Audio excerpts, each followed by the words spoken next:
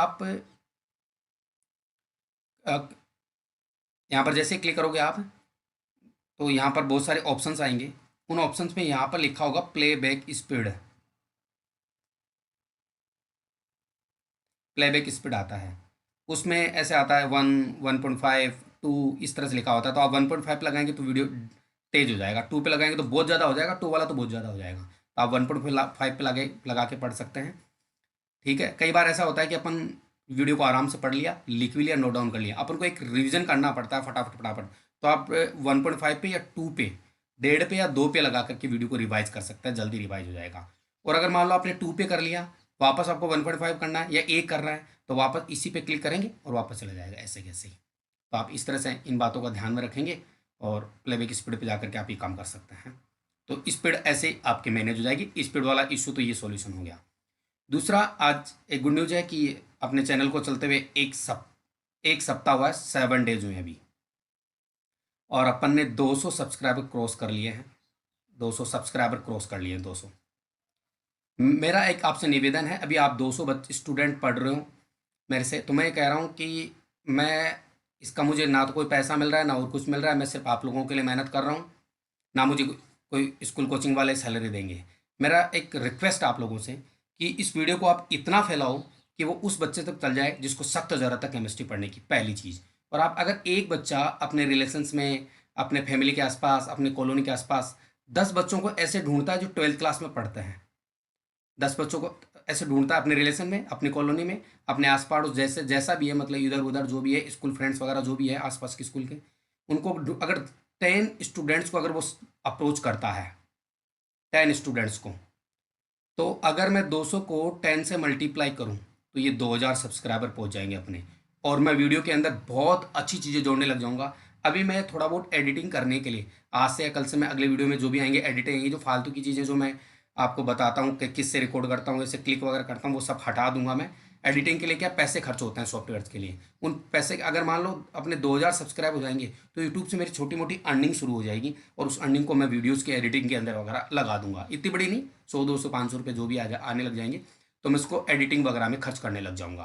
तो मेरा एक निवेदन है, अपने आसपास और कॉलोनी वगैरह के अंदर और रिलेशंस के अंदर ऐसे बच्चों को ढूंढे जो 12th क्लास के अंदर है। क्योंकि मैं हिंदी और इंग्लिश दोनों मीडियम में पढ़ा रहा हूँ, तो आप ये मीनिंग नहीं रखें कि वो हिंदी मीडियम का इंग्लिश मीडियम का, बस 12th क्लास का स्टूडेंट है, उससे सब्सक्राइब कराएं और चैनल देख 2-3 क्लास लगातार देखने के लिए बोले। उसके बाद में वो अडेप्ट हो जाएगा और चीज़ों को सीखने लग जाएगा और समझने लग जाएगा और अपने साथ जुड़ जाएगा। तो अपने सब्सक्राइब बढ़ाएं ताकि मैं वीडियोज़ के अंदर और मेहनत करूँ। एक ऐसा रहेगा कि मेरे से 2-3 हज़ार बच्चे पढ़ रहे हैं, तो मैं बहुत ज़्यादा मेहनत करूँगा, और भी ज़्यादा मेहनत करूँगा, किताबें लाऊँगा, नोट्स अरेंज करूँगा, अच्छे अच्छे क्वेश्चन सेलेक्ट करूँगा। ठीक है, तो मेरा एक रिक्वेस्ट है कि आप वीडियो को फैलाएं, स्टूडेंट्स को सर्च करें, उनको सब्सक्राइब करने के लिए और पढ़ने के लिए बोलें। और एक चीज़ और, कोई भी चैप्टर, अभी तो अपना पहला चैप्टर चल रहा है, दूसरा तीसरा कोई भी चैप्टर चले, हमेशा परिचय से पहले लेक्चर से पढ़ने के लिए बोले, क्योंकि पहले लेक्चर से पढ़ते हैं तो सारे लेक्चर पॉइंट टू पॉइंट समझ में आता है। अगर अपन बीच का लेक्चर उठाते हैं तो पॉइंट टू पॉइंट समझ में नहीं आता। अगर आप किसी को भी अप्रोच करें तो उसे बोले कि आप पहले लेक्चर से तैयारी करें। ठीक है, ये अपनी बात हुई, अब अपना शुरू करते हैं अपने क्वेश्चंस को। तो आज के सेशन को अपन शुरू करते हैं, इनको सबको हटा देते हैं। और आपकी कोई भी प्रॉब्लम हो, आप मुझे यूट्यूब के कमेंट सेक्शन पर बता सकते हैं कि क्या प्रॉब्लम है, मैं उसे हर संभव दूर करने का प्रयास करूंगा।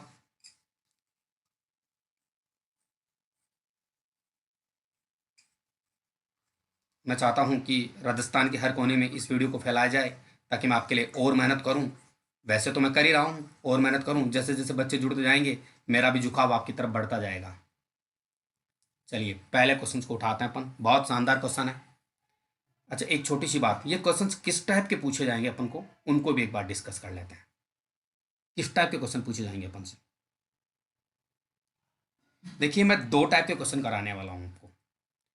पहला टाइप का क्वेश्चन होगा क्रिस्टलीय और अक्रिस्टलीय में विभेद वाला।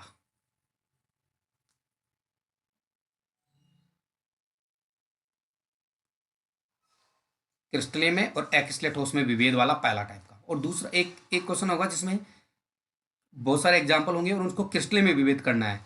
आणविक के अंदर, आयनिक के अंदर, धात्विक ठोस के अंदर, और एक है सहसुजक या नेटवर्क ठोस के अंदर। दो टाइप के क्वेश्चन होंगे। ए टाइप के क्वेश्चन में तो आपको क्रिस्टलीय और अक्रिस्टलीय में विभेद करना है। ए टाइप में सारे क्रिस्टलीय के एग्जाम्पल होंगे, उसको आणविक, आयनिक, धात्विक और सहसुजक में विभेद करना है। ऐसे दो टाइप के क्वेश्चन कराने वाला हूँ मैं आपको। तो फर्स्ट टाइप क्वेश्चन शुरू करते हैं अपन।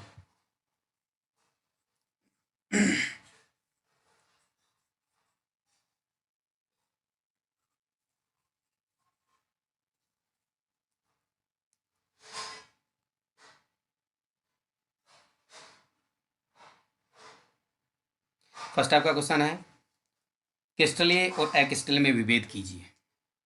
देखिए मैंने यहाँ पर हेडिंग भी डाल रखा है,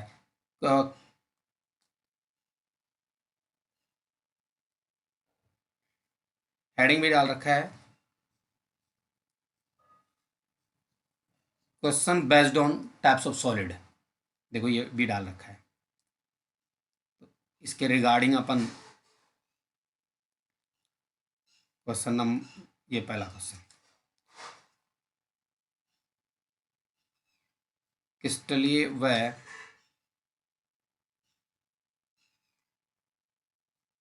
अक्रिस्टलीय ठोसों में विभेद कीजिए, ये वाला है। अब कौन कौन से एग्जाम्पल है इसमें वो देखिए। क्रिस्टलीय और अक्रिस्टलीय में विभेद करने वाले एग्जाम्पल कौन कौन से दिए क्वेश्चन के अंदर वो देखो। पहला दे रखा है पॉलीयूरेथेन,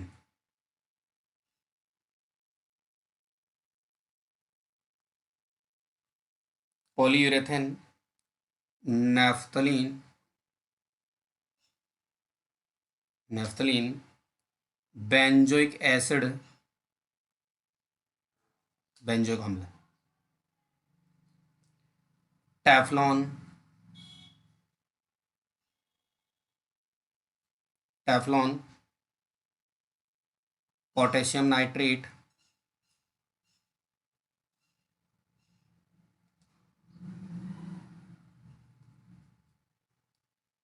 और इसके बाद में सेलोफेन,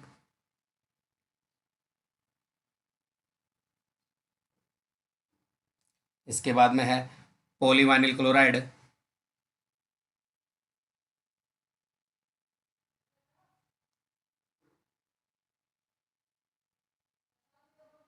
पॉलीवाइनिल क्लोराइड,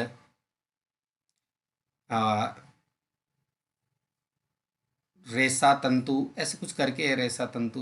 मुझे क्या क्वेश्चन से ठीक से याद नहीं है, बुक यहाँ पढ़ी नहीं है, मैं मेरे आईडी से लिख रहा हूँ। ऐसा एनसीईआरटी में क्वेश्चन है। कॉपर, इस तरह से।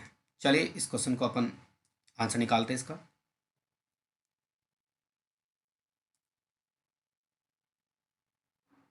आंसर देखिए, इसको चार चार पार्ट में डिवाइड करना है अपन को। सॉरी, क्रिस्टलीय और अक्रिस्टलीय में। एक हिंट देता हूँ, बहुत शानदार हिंट है इस क्वेश्चन को सोल्व करने के लिए। पहला हिंट है कि जिस सूत्र को अपन मुंह से बोल सकते हैं,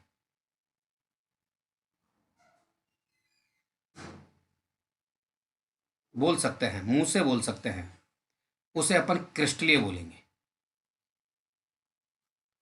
और जिसको मुंह से नहीं बोल सकते, ये ऊपर वाला लिख लेना, इधर उधर वाला नहीं बोल सकते, उसे अक्रिस्टलीय बोलेंगे। मेरी बात ध्यान से सुनना। जिस सूत्र को अपन मुंह से बोल सकते हैं उसे अपन क्या बोलेंगे, क्रिस्टलीय। और जिसको अपन मुंह से नहीं बोल सकते उसे क्या बोलेंगे, अक्रिस्टलीय। चलिए तो आगे की बात मैं आपको बताता हूँ इस तरह से।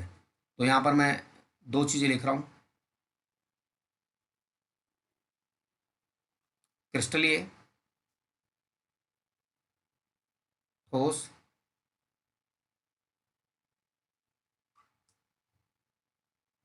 और अक्रिस्टलीय ठोस। अक्रिस्टलीय ठोस सोल्व कैसे करेंगे इसको वो देखो आप। मैंने बताया आपको, जिसका फॉर्मूला अपन मुंह से बोल सकते हैं उसको क्रिस्टलीय, और जिस फॉर्मूले को अपन मुंह से नहीं बोल सकते उसको अक्रिस्टलीय। यहाँ पर फर्स्ट ऑफ एग्जाम्पल, एक छोटी सी बात और, एक वर्ड है भावुलक। ये चैप्टर आप पढ़ेंगे तो थोड़ा सा लोड नहीं लेने का आप लोगों को। जिनके आगे बहुवर्ड लगा होता है उनको अपन पोली वर्ड लगा होता है उनको भवलक में ले लेते हैं। लेकिन कुछ एग्जाम्पल ऐसे हैं जिनमें पोली वर्ड नहीं होता, फिर भी वो बहुलक हो सकते हैं। तो मैं आपको डायरेक्ट ही बताऊंगा कि कौन से बहुलक होते हैं। बाद में जब आप चैप्टर पढ़ लेंगे बहुलक वाला जो आपके सिलेबस में दे रखा है, तो आपको सारी चीज़ें क्लियर हो जाएगी ऑटोमेटिकली, किसको बहुलक बोलते हैं किसको नहीं बोलते हैं। तो इस चीज़ के बारे में आपको ज़्यादा प्रॉब्लम नहीं आना है। अब फर्स्ट ऑफ ऑल अपन देखो पहला एग्जाम्पल लेता है पोली पोलीयूरेथेन वाला है। तो मैं आपको बता दूं पोलीयूरेथेन में पोली वर्ड लगा हुआ और ये बहुलक है, और मैं लिख भी देता हूँ जो बहुलक होते हैं उनके आगे, ताकि आप चैप्टर पढ़े तब आपको ध्यान में रह जाएगा बहुलक। तो ये एक इसलिए में जाएगा, बहुलकों का फॉर्मूला कभी भी अपन मुंह से नहीं बोल पाएंगे। बहुलकों का फॉर्मूला मुंह से नहीं बोल पाते हैं क्योंकि बहुत लंबा फॉर्मूला होता है, लंबी चेन होती है इनकी, इसलिए एक इसलिए में जाएगा। तो मैं इसको लिख देता हूँ पोलीयूरेथेन को, एक इसलिए में आ जाएगा पोलीयूरेथेन। अब आता है नेफ्थलीन। देखिए नेफ्थलीन की स्ट्रक्चर ऐसी होती है, बहुत सिंपल स्ट्रक्चर है, प्यारी स्ट्रक्चर है। एक तरह से जैसे दो बेंजीन इनको अपन ने जोड़ दिया है, तो उसी को अपन नेफ्थलीन बोलते हैं। ये थोड़ा गलत हो गया, एक बार मैं इसको मिटा देता हूँ। अब देखिए आप एक बार, ये नेफ्थलीन की स्ट्रक्चर है इस टाइप की। अब आप इसमें कार्बन एटम काउंट कर लो एक बार। नेफ्थलीन के अंदर देखो, इसका फॉर्मूला अपन मुंह से बोल पाएंगे, 1 2 3 4 5 6 7 8 9 और 10, यानी 10 कार्बन एटम है। तो मैं C10 लिख पाऊंगा इसको, C10। देखो मैं यहाँ लिख रहा हूँ C10। अब देखिए इस कार्बन एटम की चारों संयोजकताएं कंप्लीट है, और इस कार्बन एटम की भी चारों संयोजकताएं कंप्लीट है। लेकिन ये देखो 1 2 3 4, और इधर वाली भी ये चारों, इनकी चारों संयोजकता कंप्लीट नहीं, इनकी तीन तीन कंप्लीट है। यानी चौथी कंप्लीट होने के लिए इनके पास एक एक हाइड्रोजन होगा। तो इन 8, 4 तो ये और 4 ये, इन 8 के पास एक एक हाइड्रोजन है, तो ये C8 H8 हुआ मतलब। तो इसका फॉर्मूला हो गया C10H8। तो कुल मिला के ये नेफ्थलीन किस में जाएगा, इसका फॉर्मूला अपन मुंह से बोल पा रहे हैं तो क्रिस्टल में जाएगा ये। तो ये वाला देखो नेफ्थलीन, नेफ्थलीन क्रिस्टल में जाएगा ये। चलिए आगे बात करते हैं बेंजोइक एसिड की। देखिए बेंजोइक एसिड का फॉर्मूला इस तरह का होता है, जरा देखना एक बार। इसका फॉर्मूला भी अपन मुंह से बोल पाएंगे, देखो COOH, इस तरह से। अब आप देखो इसमें 6 कार्बन तो रिंग के अंदर हो गए, एक कार्बन बाहर, तो C7 हो गया ये। तो मैं यहाँ लिख रहा हूँ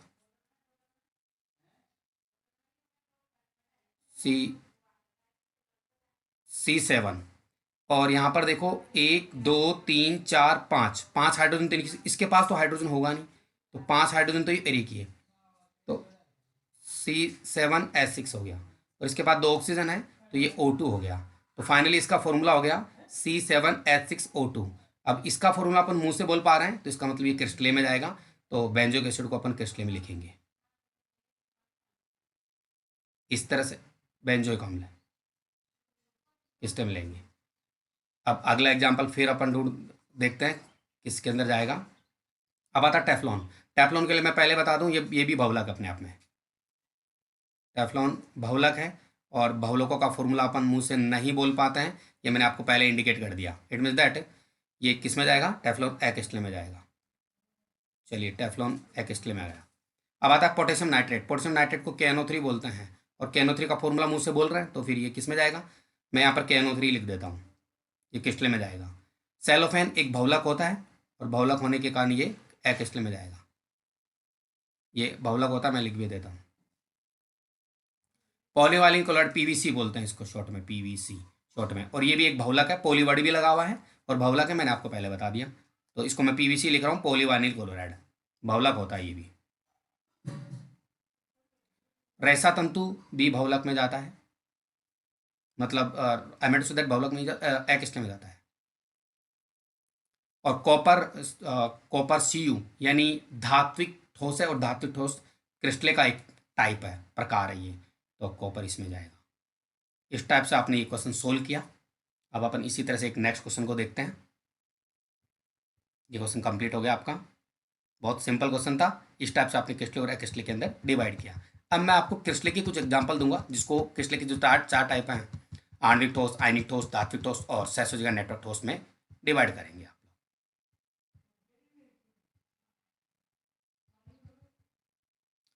अगला क्वेश्चन देखिए आप।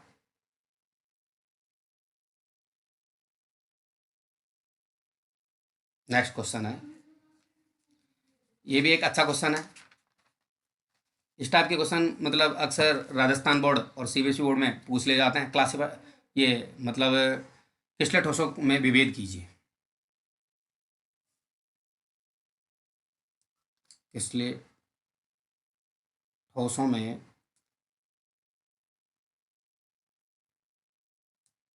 विभेद कीजिए। अब इसके लिए 4-5 एग्जाम्पल हैं, वो देखिए। पहला आता है पोटेशियम सल्फेट।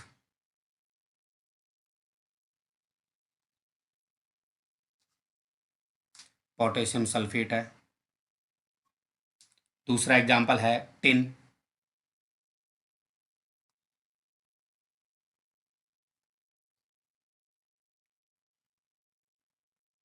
तीसरा एग्जाम्पल है बेंजीन। चौथा एग्जाम्पल है यूरिया। इसके बाद में नेक्स्ट है अमोनिया। इसके बाद नेक्स्ट है जल।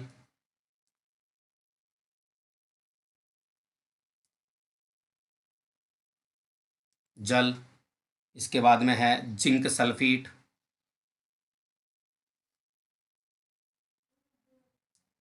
और इसके बाद है ग्रेफाइट। इसके बाद है रूबिडियम।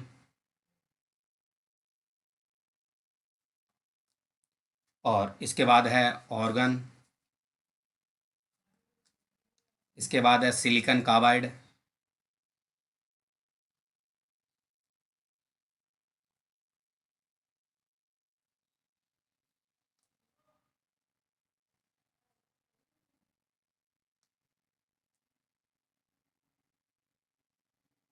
सिलिकॉन कार्बाइड, इनको चेक करना है। और वही 4 टाइप में डिवाइड करना अपन को। क्या बोलते हैं उसको, आणविक ठोस पहला टाइप। दूसरा आयनिक।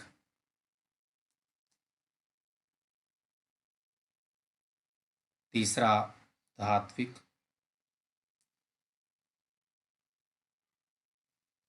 चौथा सहसंयोजक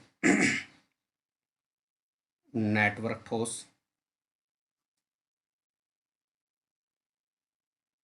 इनको करेंगे आप। देखिए करना क्या है। अपन जैसे मान लो मैंने पोटेशियम सोल्व करने का तरीका क्या, देखो मैंने पोटेशियम सल्फेट को लिया मान लो।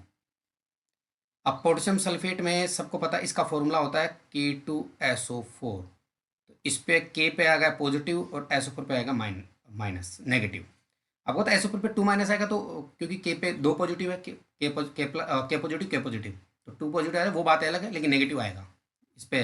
के पे पॉजिटिव और SO4 पे नेगेटिव आएगा, हालांकि 2 नेगेटिव आएगा लेकिन है तो नेगेटिव ही। इस तरह से तो ये 2 आयन बने हुए हैं, इसलिए मैं इसको K2SO4 लिख देता हूँ। ये आयनिक ठोस में जाएगा। टिन, टिन देखो SN होता है, SN, इसलिए टिन किस में जाएगा, धात्विक ठोस में जाएगा, क्योंकि टिन एक धातु है। बेंजीन देखो एक बेंजीन C6H6 होता है। मैं आपको छोटी सी बात बता दूं, देखो एक बार उल्टा सोचना। सैसो नेट्रो ठोस, बेंजीन छोटी सी स्ट्रक्चर होती है, बेंजीन सब जानते हैं, प्यारे सी बेंजीन होती है, वो सैसो नेट्रो ठोस में नहीं जाता, क्योंकि नेट्रो ठोस में एक बहुत बड़ी स्ट्रक्चर आती है, तो इसमें जाएगा नहीं। दूसरा कार्बन हाइड्रोजन नॉन मेटल अधातु होता है, तो धातु ठोस में जाएगा नहीं। इसमें आयंस बनते नहीं है, इसलिए आयनिक आयनिक ठोस में नहीं जाएगा नहीं, तो बचेगा किसमें, आणविक ठोस में, इसलिए बेंजीन आणविक ठोस में आएगा। आप उल्टा भी सोच सकते हैं अगर आपको डायरेक्ट आंसर नहीं पता हो तो। यूरिया देखो, यूरिया ध्यान देना NH2CO NH2 होता है। इसमें क्या होता है NH2 और एक दूसरा मोलिक्यूल आएगा NH2 इधर से, ऐसे NH दो मोलिक्यूल ले लिया, तो इस हाइड्रोजन और इस नाइट्रोजन के बीच में हाइड्रोजन आबंध बन जाता है। और H आबंधित किस में जाते हैं, आणविक ठोस में जाते हैं। आणविक ठोस के 3 प्रकार पढ़े आपने, अध्रुवीय, ध्रुवीय और H आबंधित। तो इसमें देखो H आबंध बनने के कारण इसमें जाएगा यूरिया। आपको पता है जल में भी H आबंध बनता है, वो भी इसी में आएगा, H आबंधित वाला। अब आता है zinc sulphate. Zinc sulphate ZnSO4 होता है। Zn पे पॉजिटिव, SO4 पे नेगेटिव चार्ज। Zn पे 2 पॉजिटिव आता है, SO4 पे 2 माइनस हो जाएगा। ठीक, तो ये भी आयनिक ठोस में आएगा, तो ZnSO4 आयनिक ठोस में आएगा। अब आता है ग्रेफाइट। ग्रेफाइट सैसोनियन नेट्रो ठोस में आता है, आप लोग जानते हो, ये मैंने टेबल में एग्जाम्पल लिखाया था। रूबिडियम RB होता है, RB मैं इधर लिख देता हूँ, ये रूबिडियम RB, ये मेटल होता है। ऑर्गन AR होता है, मैंने टेबल में लिखा रखा है, ऑर्गन AR होता है टेबल में। सिलिकॉन कार्बाइड SiC सेसो नेटवर्क ठोस होता है, ये भी मैंने टेबल में लिखा रखा है। इस तरह से ये वाला क्वेश्चन भी आपका कंप्लीट होता है।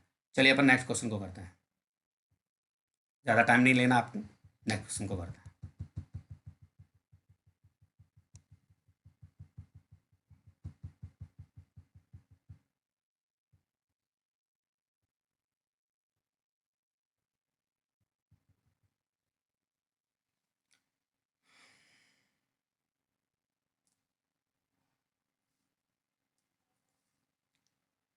चलिए नेक्स्ट क्वेश्चन क्या है उसको समझेंगे एक बार। अपन को वही चीज़ है, आपको एक इस टाइप का क्वेश्चन भी मिल सकता है कि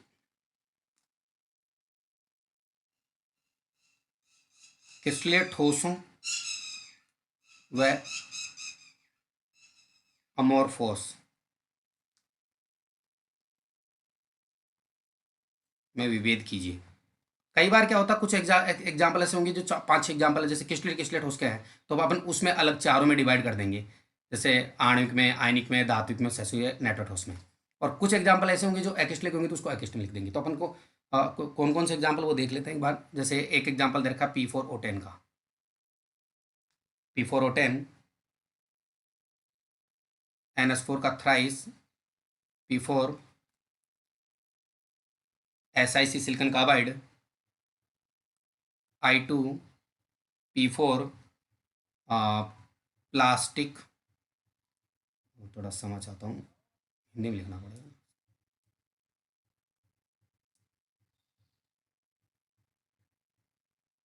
plastic, graphite, brass, bronze, bronze brass, LIBR, silicon SI और RB। फिर से रूबीडियम को दे दिया है इस क्वेश्चन के अंदर। कोई नहीं, अपन तो करना है, अपन को तो कर लेते हैं, क्या दिक्कत है। देखिए पहला है आणविक ठोस, दूसरा है आयनिक ठोस, तीसरा है धात्विक ठोस और चौथा है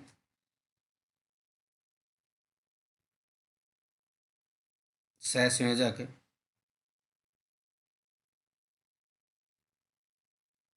नेटवर्क ठोस, और एक है अमोर्फस या एक्रिस्टलीय ठोस। अमोर्फस एक्रिस्टलीय को ही बोलते हैं। अमोर्फस देखो, जो क्रिस्टलीय होंगे उनको तो इन चारों प्रकार में डिवाइड कर लेंगे, और जो एक्रिस्टलीय होंगे उसको यहाँ लिख देंगे, अमोर्फस के अंदर लिख देंगे। तो चलिए अपन पहले से शुरू करते हैं। P4O10, देखिए P4O10 की स्ट्रक्चर बताता हूँ, बड़ी प्यारी स्ट्रक्चर है, सिंपल सी स्ट्रक्चर। ये P, ये दूसरा P, एक PA और एक PA। देखो पहले एक एक ऑक्सीजन के बीच में लगा दो, अपन को 10 ऑक्सीजन लगाने हैं। एक ऑक्सीजन इनके बीच में, एक ऑक्सीजन यहाँ, एक ऑक्सीजन यहाँ। देखिए देखो, 4 ऑक्सीजन 4 P के बीच में लगे, एक एक ऑक्सीजन इनके P के साथ डबल बॉन्ड में जोड़ दो। देखिए 4 ऑक्सीजन तो इनके बीच में आ गए, 4 ऑक्सीजन डबल बॉन्ड से जुड़ गए, 8 हो गए, 2 बचे। तो दो, एक ऑक्सीजन से तो इन दोनों P को जोड़ दो, और एक ऑक्सीजन से इन दोनों P को जोड़ दो, हो गए 10 इस तरह की। तो इसको अपन एक बहुत बड़ी स्ट्रक्चर नहीं मान रहे हैं।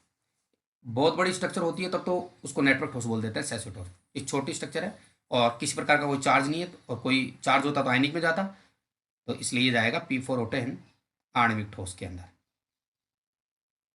आणविक ठोस में जाएगा। किसी प्रकार का चार्ज होता तो आयनिक में जाता। अगर ये धातु होता तो प्योर प्योर में, अगर धातु होता मतलब शुद्ध धातु होता तो धात्विक में जाता। बड़ा स्ट्रक्चर होता बहुत ज़्यादा तो सेसुइक नेटवर्क ठोस में जाता। तो इन तीनों में नहीं जा रहा, आयनिक, धात्विक, सेसुइक में, तो किसमें जाएगा? आणविक में। अगला एग्जाम्पल ये वाला था, देखो NH4 पे प्लस आ जाता है, SO4 पे माइनस आ जाता है, इसलिए आयनिक ठोस में आएगा।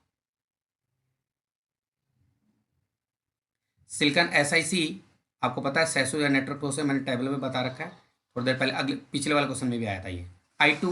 I2 आणविक में आएगा, अध्रुवीय आणविक ठोस है। P4 भी इसी में आएगा, अध्रुवीय आणविक ठोस में। प्लास्टिक एमोर्फस में जाएगा, प्लास्टिक एमोर्फस में जाएगा। इसके बाद में आता है ग्रेफाइट। ग्रेफाइट भी मैं आपको बता दूं सेसो या नेट्रोफॉस में जाता है, ये मैंने टेबल में ही करा रखा है ये क्वेश्चन। और ब्रॉस, देखिए धात्विक ठोस में आएगा ब्रास। ब्रास के बारे में बताता हूँ मैं। ये कॉपर और जिंक की मिश्र धातु होती है, और दोनों में धातु मिश्र धातु है, चाहे धातु एक ही बात है, तो ब्रॉस इसमें जाएगा। LiBr में Li पे पॉजिटिव चार्ज होता है, Br पे नेगेटिव होता है, तो LiBr आयनिक ठोस में जाएगा। सिलिकॉन कार्बाइड वाला सेसो या नेट्रो ठोस में जाएगा, इसकी जाइंट स्ट्रक्चर होती है। और Rb रूबिडियम में धातु है, इसलिए धातु ठोस में जाएगा। इस टाइप से आपने ये 2-3 क्वेश्चन किए। क्वेश्चन और भी कराए जा सकते हैं, लेकिन समाभाव के कारण अपन इतने क्वेश्चन रखेंगे, बाकी देखेंगे। तो इस सेशन में अपन इतना रखेंगे। Thanks for watching. If you like this video, share more and more and like it also.